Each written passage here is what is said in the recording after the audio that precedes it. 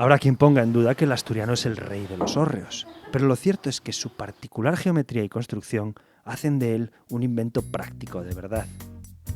De ello dan fe los 101 usos que los asturianos y las asturianas supieron darle a lo largo de varios siglos.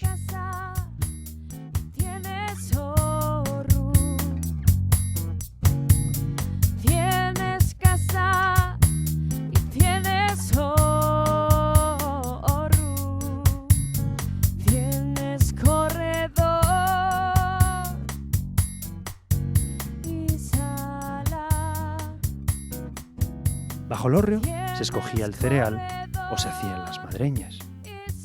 Bajo el hórreo se canta, se baila, se come. Bajo el hórreo se guarda el carro y otros aperos de labranza. En el hórreo se guarda la comida, la ropa de cama, los trastos. Se guarda lo que se quiere conservar y ya no tiene uso, los recuerdos. Son el subconsciente. Como el desván. Sí, y el subconsciente de la casería.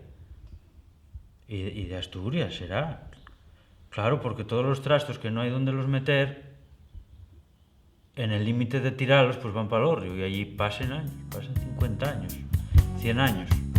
Y está la ropa de los muertos, las escrituras también, papeles viejos, recibos. En los hórreos se amó, se durmió y se parió.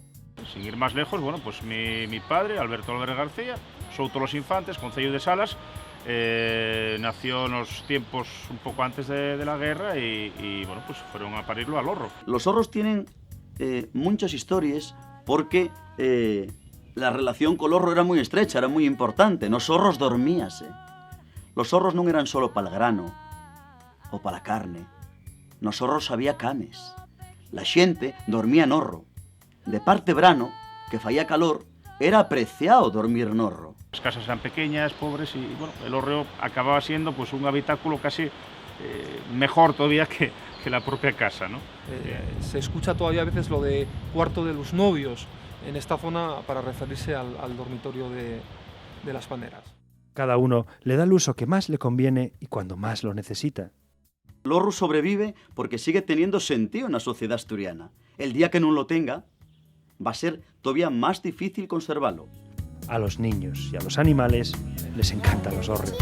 Les dan cobijo, perspectiva o un lugar para solazarse. No es de extrañar que con tan importantes misiones los asturianos comenzaran a decorar sus hórreos en algún momento entre los siglos XV y XVI, haciendo surgir el primero de los grandes estilos decorativos, el estilo Villaviciosa.